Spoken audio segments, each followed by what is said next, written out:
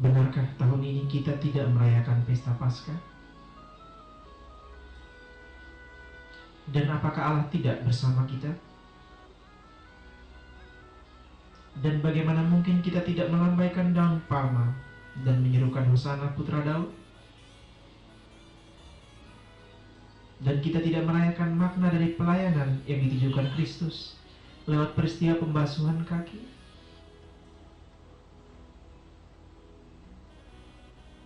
Dan kita tidak merayakan Tuhan kita yang adalah roti kehidupan?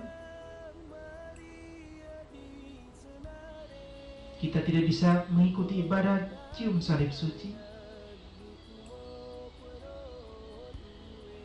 Dan kita tidak bisa menyalakan lilin Paskah kita?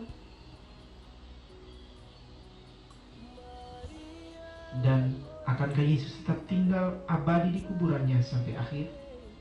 Sama seperti kita yang ada dan terkunci di rumah kita masing-masing?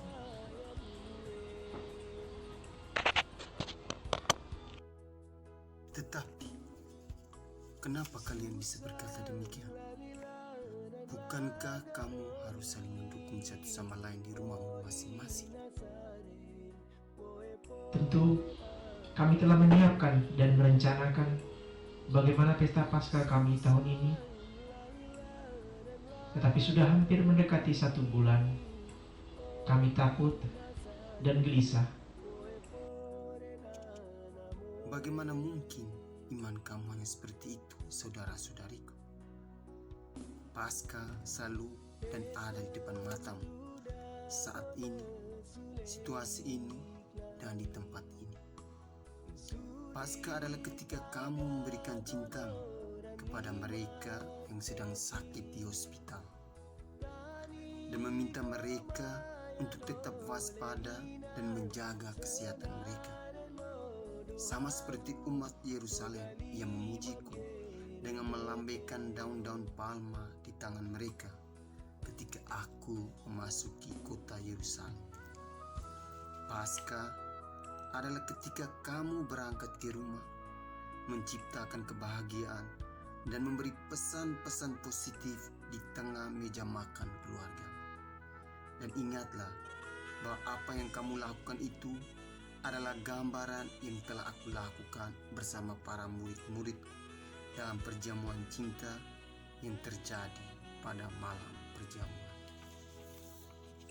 Paskah adalah ketika kamu mengerti sepenggal kebahagiaan yang ditunjukkan oleh anak-anakmu di rumah dan melihat bagaimana orang-orang di rumahmu membuat kreativitas yang luar biasa. Sebagaimana aku dan murid-muridku memadakan mazmur pujian kepada Allah di tengah malam perjamuan itu. Paskah adalah ketika kamu membantu menjaga kesehatan sesamamu dan dirimu sendiri dengan selalu mencuci tanganmu dan tinggal di rumah. Sama seperti aku yang membersihkan kaki pada muridku. Paskah adalah ketika mereka yang bertanggung jawab di bidang kesehatan memberikan setiap waktu mereka dan siap menanggung risiko atas kehidupan mereka dan melakukan hal-hal yang luar biasa untuk mencoba menenangkan dan menyelamatkan para orang sakit.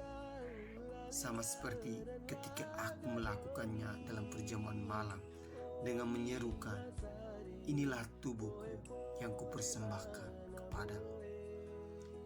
Paskah adalah ketika kamu melanjutkan misimu dengan pelayanan-pelayanan yang esensial, yakni memperhatikan kebersihan kota, dan kita tahu bahwa pekerjaan itu pun mengambil banyak risiko. Ingat, hal itu sama seperti para muridku yang berada bersama-sama aku dalam sakrat maut. Dan Paskah adalah ketika kamu memiliki rasa simpati terhadap orang-orang yang memiliki risiko dalam kesehatannya atau kesulitan dalam keuangan. Hal itu sama seperti aku ketika aku berdoa kepada Bapakku dalam kecemasan yang luar biasa di Taman Getsemani. Dan Paskah adalah ketika di antara kamu memiliki rasa tanggung jawab atas tugas-tugas yang dipercayakan kepada kamu dalam situasi krisis kemanusiaan ini. Dan hal ini sama seperti aku, ketika aku memikul dan memanggul beratnya salib kemanusiaan di pundakku. Paskah adalah ketika di antara kamu tidak sanggup memenangkan pertempuran ini, namun menyerahkan hidupnya dalam tangan Bapa di surga, sama seperti aku yang berteriak kepada Bapa, Eloi, di dalam tangan kuserahkan roh. Dan pada akhirnya, Paskah adalah ketika kamu tidak kalah dalam pertempuran karena sakit akan penderitaan, tapi tetap kuat dan bersatu dalam gereja kemanusiaan itu sendiri. Tuhan, tinggallah bersama kami karena hari sudah sore dan gelap. Hai, bukankah aku berada bersamamu? Tidakkah kamu melihatnya? Apakah kamu lupa bahwa aku selalu berada bersamamu dan menyertaimu sampai akhir zaman? Benarkah Paskah kita tahun ini berbeda? Ya, tentu.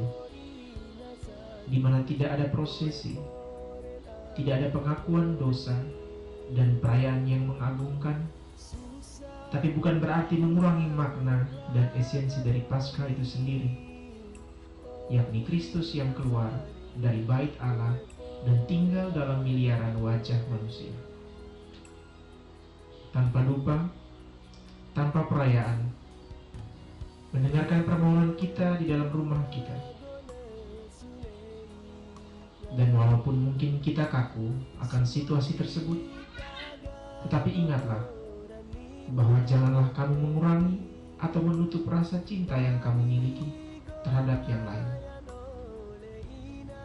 Dan ingatlah bahwa pekan suci yang kita alami saat ini adalah pekan suci yang benar-benar bermakna dan mendalam, yang menjadi pengalaman luar biasa dalam hidup kita.